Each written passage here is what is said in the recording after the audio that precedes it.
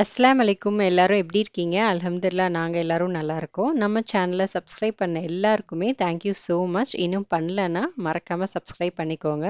இன்னைக்கு என்ன பண்ண போறோம்னா, ஈஸியா பன்னீர் வந்து எப்படி வீட்டிலேயே செய்யறதுன்னு பார்க்க போறோம். ஒரு வாட்டி நம்ம வீட்டில் செய்ய ஸ்டார்ட் பண்ணிட்டோம்னா வெளியில வாங்கவே மாட்டோம். அவ்வளோ ஈஸியா பண்ணிடலாம். அதுக்கு தேவையான பொருள்னு பார்த்தீங்கன்னா ரெண்டே ரெண்டு தான், மில்க் அண்ட் லெமன்.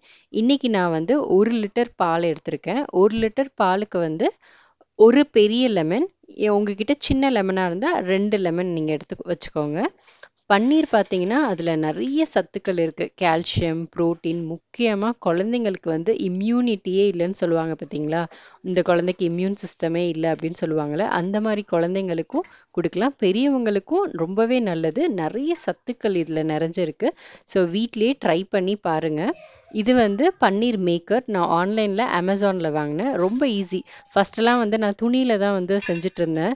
அது வாஷ் பண்ண கொஞ்சம் சோம்பேறித்தனம் பட்டதுனால இந்த பன்னீர் மேக்கர் வாங்கினேன். இது ரொம்ப ஈஸி. எல்லா இடத்துலையும் பெரிய பெரிய ஹோல்ஸ் இருக்குது. ஸோ வந்து அந்த பன்னீர் டைரெக்டாக கீழே ஊற்றிட்டு கொஞ்ச நேரம் ஃப்ரீசரில் வச்சிட்டோம்னா ஒரு ஒரு 15 மினிட்ஸ் கழித்து நம்ம அதை டேர்ன் பண்ணும்போது அது அழகாக பன்னீர் அப்படியே வந்துடும். பால் ஒரு சைடு கொதிச்சிட்டு இருக்கும் போது நான் வந்து லெமன் எக்ஸ்ட்ராக்ட் எடுத்து வச்சுக்கிட்டேன். இது முன்னாடியே நீங்கள் ஸ்டெய்னரில் வந்து ஃபில்டர் பண்ணி வச்சாலும் ஓகே தான், இல்லை அப்படியே டைரெக்டாகவும் ஊற்றலாம். கொஞ்சம் சீட்ஸ் இருந்துச்சுன்னா நீங்கள் வந்து ஸ்டெய்னரை வச்சு ஃபில்டர் பண்ணிக்கோங்க. இன்னொரு சைடு பார்த்தீங்கன்னா பன்னீருக்கு ஸ்டெய்னரு கீழே தண்ணி வடிகிறதுக்கு எல்லாமே ப்ரிப்பேராக எடுத்து வச்சுட்டேன். அப்பப்போ வந்து பால் வந்து மிக்ஸ் பண்ணிகிட்டே இருங்க, கீழே அடி பிடிக்காமல் இருக்கும். மீடியம் ஃப்ளேமில் வச்சு நல்லா பால் வந்து நல்லா பாயில் ஆனதுக்கப்புறம் லெமன் வந்து ஊற்றணும். சில பேர் வந்து இதில் வினிகர் ஊற்றுவாங்க.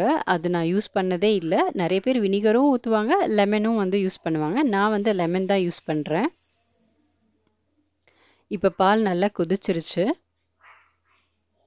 இப்போ லெமன் வந்து கொஞ்சம் கொஞ்சமாக ஆட் பண்ணுங்கள். அட் அ டைம் ஃபுல்லாகவே வந்து போட்டுறாதீங்க. அப்படியே பால் வந்து பிரிஞ்சு வரும், கொஞ்சம் கொஞ்சமாக அப்படியே போடுங்க. நான் இந்த சைஸ் லெமன் வந்து 1 தான் எடுத்தேன். உங்ககிட்ட சின்னதாக இருந்தால் 2 போட்டுக்கோங்க. கடைசியில் சீட்ஸ் இருந்துச்சு, ஸோ அது மட்டும் நான் ஸ்டெய்னரில் வந்து எடுத்துக்கிட்டேன்.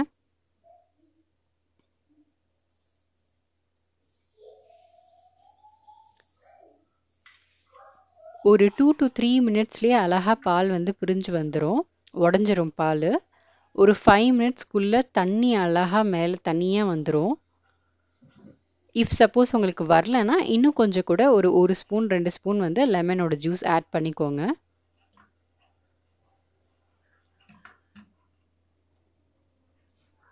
பாருங்க, நல்லா பிரிஞ்சு வந்துருச்சு. அந்த தண்ணி வந்து அந்த பால் வந்து பாலாக இருக்கக்கூடாது, அப்படியே தண்ணியாக வந்து அந்த கன்சிஸ்டன்சி தண்ணி மாதிரியே அப்படியே மாறிடும். ஸோ இப்போ வந்து ஸ்டெய்னரில் நம்ம எடுத்துக்கலாம். அதை ஃபுல்லாக வடிகட்டிடணும். பன்னீருக்கு பார்த்தீங்கன்னா அந்த கன்சிஸ்டன்சி வந்து நல்லா ஹார்டாகணும். இதே பன்னீரை ரசகுல்லா மாதிரி நம்ம செய்ய போகிறோம். லைக் வந்து பன்னீர்னா ஹார்டாகணும், ரசகுல்லாக்கு வந்து ரொம்ப சாஃப்டாக இருக்கணும். அப்போ துணியில் வந்து ஹேங் பண்ணி வச்சிடணும். ஏதாவது அது வந்து ஒரு 1 hour 2 hour அப்படின்னு ஹேங் பண்ணி வச்சிடணும். இது வந்து லெமனோட ஜூஸ் அந்த ஃப்ளேவர் இறங்கிடக்கூடாதுன்னு ஒரு 2 to 3 டைம்ஸ் அந்த பன்னீரை வந்து வாஷ் பண்ணி எடுத்துருங்க.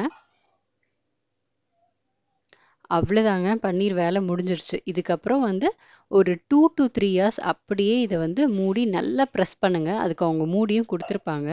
அதை வச்சு நல்லா உங்களால் எவ்வளோ ப்ரெஸ் பண்ண முடியுமோ அந்த அளவுக்கு நல்லா ப்ரெஸ் பண்ணி விட்டுட்டு மேலே வந்து வெயிட் ஏதாவது வந்து வச்சுருங்க.